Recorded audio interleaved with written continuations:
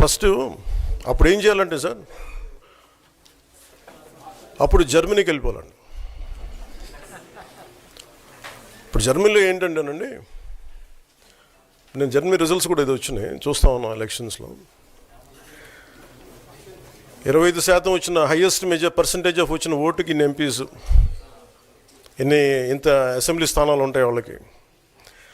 5% మించి తక్కువ వస్తే 5% ఓట్లు మిగతా వాళ్ళు పంచుకుంటారు.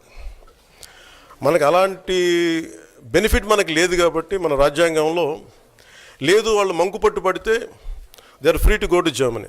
సార్, మీకు ప్రతిపక్ష హోదా అంశానికి సంబంధించి పవన్ కళ్యాణ్ కూడా ఒక కామెంట్ చేశారు. వైఎస్ఆర్ కాంగ్రెస్ పార్టీకి వచ్చినటువంటి ఓట్ల శాతాన్ని, సీట్ల శాతాన్ని బట్టి చూస్తే జర్మనీలో అయితేనే వస్తుంది, ఇక్కడ రాదు, ఇక్కడ 5 ఏళ్ళు రావడం కష్టం అని ఒక విమర్శ చేశారు సార్. ఆ మనిషి కార్పొరేటర్కి ఎక్కువ, ఎమ్మెల్యేకి తక్కువ. జీవితకాలంలో ఇప్పుడు ఎమ్మెల్యే ఒకసారి అయినాడయ్యా. మా వీడియో మీకు నచ్చినట్లయితే please like, share and subscribe.